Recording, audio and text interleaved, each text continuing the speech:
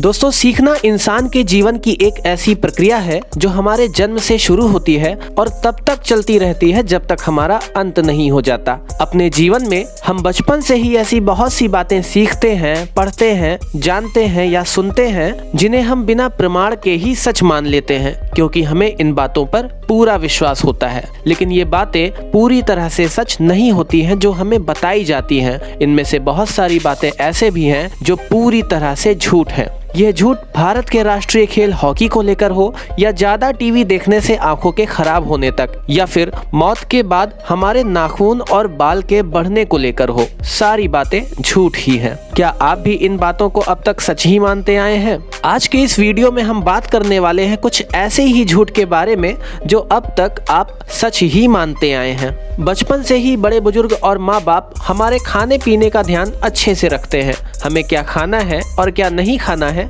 इन बातों को हमें बखूबी सिखाया जाता है। अक्सर आपने बचपन में बड़ों को हमें यह समझाते तो सुना ही होगा कि हमें च्युइंगम ध्यान से खाना चाहिए या नहीं खाना चाहिए, क्योंकि अगर गलती से यह हमारे पेट में चली गई तो इसे पचने में 7 साल से भी ज्यादा का समय लग जाएगा।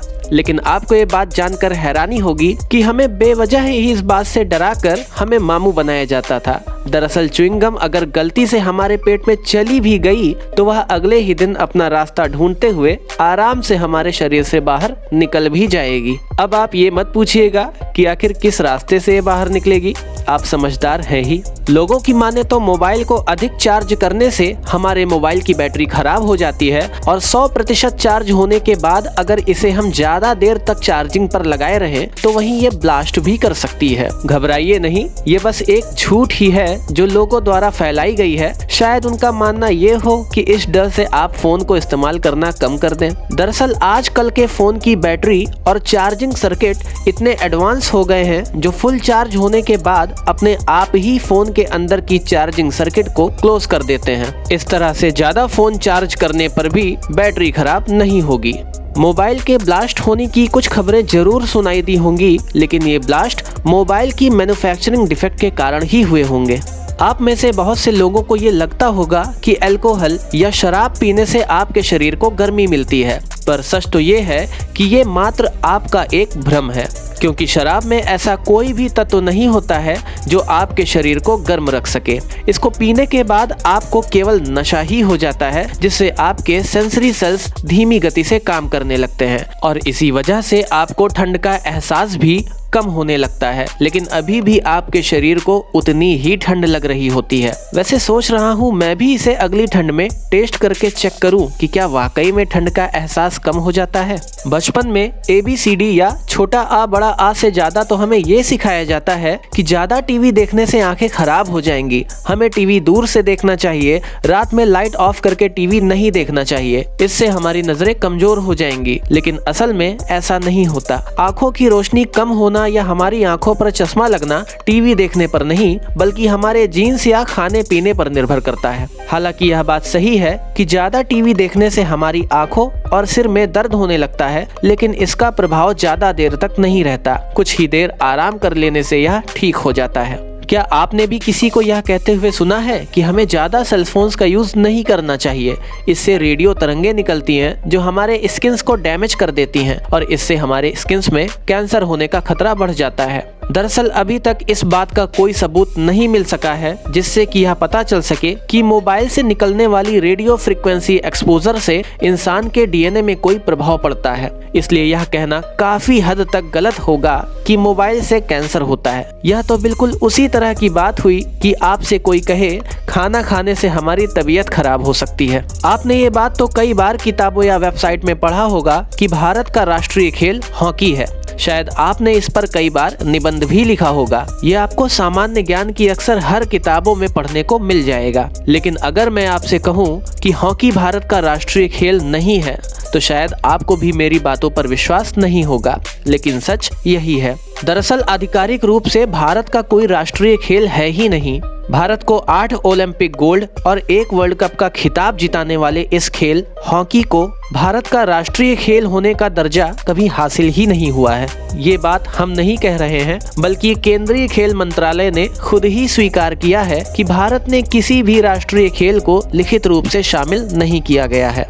2012 में ऐश्वर्या परासर ने प्रधानमंत्री कार्यालय यानी पीएमओ से पूछा था कि भारत सरकार ने हॉकी को भारत के राष्ट्रीय खेल के रूप में कब माना था।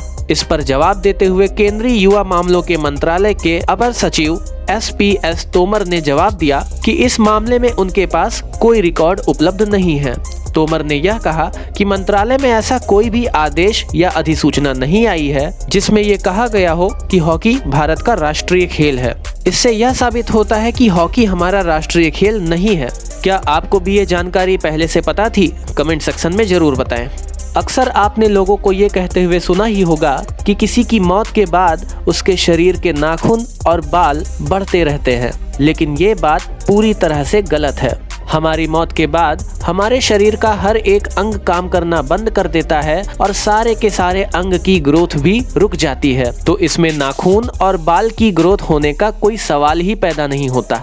दरअसल इंसान की मौत के बाद उसके शरीर के सेल्स सिकुड़ने लगते हैं, लेकिन वहीं बाल और नाखून नहीं सिकुड़ते, जिससे देखने वाले को यही लगता है कि नाखून और बाल बढ़ गए हैं। वास्तव में वो बढ़ते नहीं हैं, बल्कि सेल्स ही सिकुड़ जाती हैं। इजिप्ट अपने ऊंचे ऊंचे पिरामिडों के लिए दुनिया भर में प्रसिद्ध है। 19वीं शताब्दी तक ये समझा जाता था कि इन पिरामिडों को बनाने के लिए दासों की मदद ली गई होगी, लेकिन कई शोधों द्वारा यह पता चला है कि अगर 20,000 दासों द्वारा किसी पिरामिड को बनवाया जाए तो एक पिरामिड बनाने में करीब 23 साल का समय लग जाएगा। किसी भी देश के पास इतने सारे दास हो ही नहीं सकते कि वो इतने सारे विशाल पिरामिड खड़ा कर सके। 20वीं शताब्दी में ये माना जाने लगा कि इन दासों के साथ कुछ सोसाइटी के लोगों ने भी इनकी मदद की होगी, जिसमें पेशेवर श्रमिक और वास्तुकार शामिल होंगे। लेकिन हकीकत तो यह है कि इन दासों, वास्तुकारों या पेशेवर श्रमिकों के साथ पूरे देश ने इन पिरामिडों को खड़ा करने में मदद की होगी, जिसमें आम लोग भी शामिल होंगे।